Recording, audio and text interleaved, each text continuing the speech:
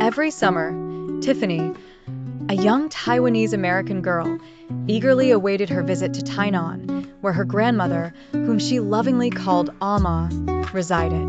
Grandma's cozy home in Tainan Fucheng was always filled with warmth, delicious aromas, and stories from the past.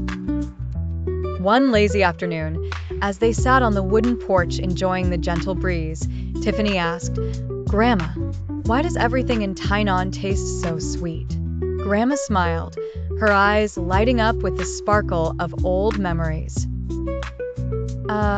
My sweet Tiffany, the story of Tainan's love for sweetness is as rich as the sugar itself," she began, setting the stage for a tale steeped in history and culture. In the 17th century, a brave man named Zheng Chenggong came to Tainan. He missed the sweet flavors of his home in Fujian, China, so he brought those culinary traditions with him. You see, in Fujian, especially in Fuzhou, people loved their food sweet. This tradition rooted itself firmly in Tainan as more people from Fujian, particularly from Zhangzhou and Quanzhou, settled here, bringing their recipes and sweet preferences along. Tiffany listened intently, picturing the journey of these flavors across the seas. "Did you know," Grandma continued, "Tainan became prosperous due to sugar production, which they learned from Western countries as early as the Yuan dynasty. Sugar was considered a precious commodity, and wealthy families used it generously in their cooking. Tainan cuisine is known for its thick soups and sweet flavors, which is why you'll find delicious soups like braised noodles here in Tainan, inspired by those Fuzhou dishes." Tiffany's eyes widened with fascination. "So, Tainan's sweet dishes are a link to our ancestors' flavors." "Yes, exactly," Grandma nodded, pleased with Tiffany's enthusiasm. But that's only part of the story.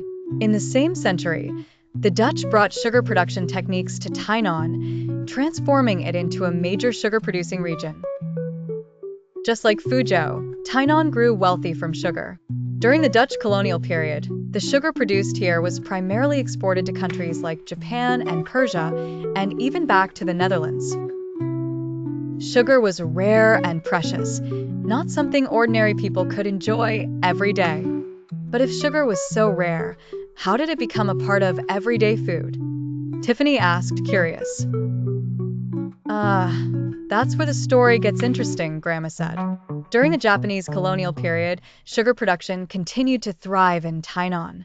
Still, it remained a luxury. Only during special festivals could most people afford to use sugar in their cooking. Wealthy families, however, would use sugar lavishly to showcase their status. The sweeter the dish, the wealthier the host. Adding more sugar to food was a silent but delicious way to flaunt one's prosperity." Tiffany giggled at the thought. "So, sweet food was like a secret code for being rich?" Grandma laughed along. "Yes, you could say that. Sugar was not just an ingredient, it was a symbol of wealth and status. And even today, the sweetness in our dishes carries that legacy of abundance and celebration."